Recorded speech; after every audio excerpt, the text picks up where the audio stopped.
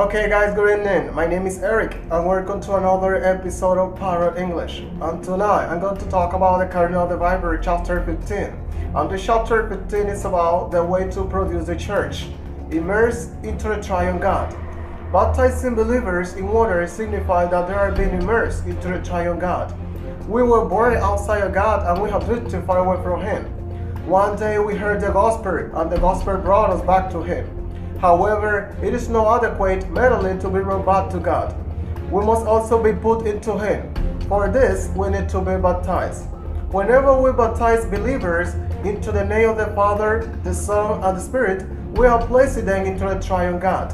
After we have been baptized, we have not only come back to God and belong to Him, we are also in Him. Therefore, we can declare, I used to be a sinner outside of God and far away from Him. But now I have been discipled and baptized into a triune God. Angels, do you know where I am today? I am in the triune God. The Spirit of life has our content. On the days of His resurrection, the Lord Jesus appealed to His disciples in a mysterious way. After entering the room where the disciples were gathered, He breathed into them and said, "Receive the Holy Spirit."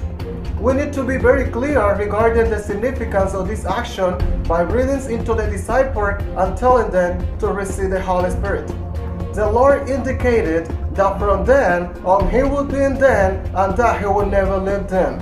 Okay guys, it was all for tonight. Thank you so much for watching this video. If you want to continue watching more videos about me, you only have to subscribe for more videos every Thursday.